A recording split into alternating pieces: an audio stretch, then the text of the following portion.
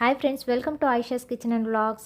ఈ పరమాన్నం ఎలా ప్రిపేర్ చేసుకోవాలో ఇప్పుడు చూద్దాం. ఒక గిన్నె తీసుకొని దానిలో ఒక చిన్న టీ గ్లాస్ రైస్ను వేసుకోవాలి. ఇవి ఏ బియ్యం అయినా పర్వాలేదు, నేను రేషన్ బియ్యం తీసుకుంటున్నాను. దీనివల్ల పరమాన్నానికి మంచి టేస్ట్ వస్తుంది కనుక ఈ రైస్ని శుభ్రంగా కడిగి రైస్ మునిగే వరకు వాటర్ వేసుకొని 15 నిమిషాలు నానబెట్టుకుని పక్కన పెట్టుకోవాలి. ఇప్పుడు ఒక గిన్నె తీసుకొని స్టవ్ ఆన్ చేసి స్టవ్ పై పెట్టుకొని దానిలో ఒక 6 గ్లాసుల పాలను వేసుకోవాలి. మనం ఏ గ్లాస్తో అయితే రైస్ని తీసుకున్నామో అదే కొలతగా 6 గ్లాసుల పాలను వేసుకోవాలి. పాలు చిక్కగా ఉంటే 4 గ్లాసుల పాలు, 2 గ్లాసుల నీళ్లను వేసుకోవచ్చు. వీటిని బాగా మరిగించుకోవాలి. ఈ విధంగా పాలు బాగా మరిగిన తర్వాత మనం ముందుగా నానబెట్టి పక్కన పెట్టుకున్న రైస్ను వాటర్ లేకుండా నేను చూపిస్తున్న విధంగా ఈ రైస్ని అంతటిని ఈ పాల్లో వేసుకొని మనం బాగా ఉడికించుకోవాలి.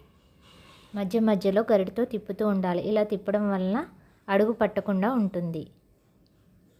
ఇప్పుడు కాసేపటికి ఈ విధంగా రైస్ ఉడుకుతుంది. ఇది బాగా ఉడికిన తర్వాత మాత్రమే మనం బెల్లంను యాడ్ చేసుకోవాలి. ఇప్పుడు చూడండి, ఈ విధంగా ఉడికింది. మీకు ఇంకా తెలియాలి అంటే స్పూన్తో ఈ విధంగా ప్రెస్ చేస్తే రైస్ మెత్తగా స్మాష్ అవ్వాలి. ఇప్పుడు బాగా ఉడికిందని అర్థం. ఈ కన్సిస్టెన్సీలో పాలు ఈ విధంగా ఉన్నప్పుడు మాత్రమే, చూసారా, ఇప్పుడు స్టవ్ ఆఫ్ చేసుకుని ఏ గ్లాస్తో అయితే మనం రైస్ని తీసుకున్నామో అదే కొలతగా గ్లాసున్నర బెల్లం పౌడర్ను వేసుకోవాలి. బెల్లంను మెత్తగా పౌడర్గా చేసుకొని దీనిలో వేసుకొని బాగా కలుపుకోవాలి. దీనిలో ఇలాచీ పౌడర్ని కూడా యాడ్ చేసుకోవాలి. ఇలాచీ పౌడర్ వేయడం వలన మంచి ఫ్లేవర్ వస్తుంది పరమాన్నానికి.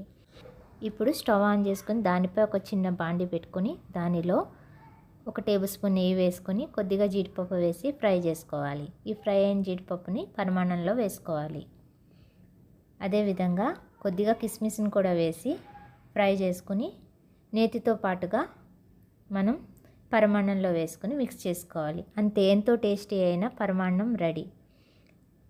ఇప్పుడు పలుచగా ఉంటుంది, కాసేపటికి ఈ విధంగా గట్టిగా మారుతుంది. మరి మీకు నచ్చితే లైక్ చేయండి, షేర్ చేయండి, సబ్స్క్రైబ్ చేయండి. Thank you.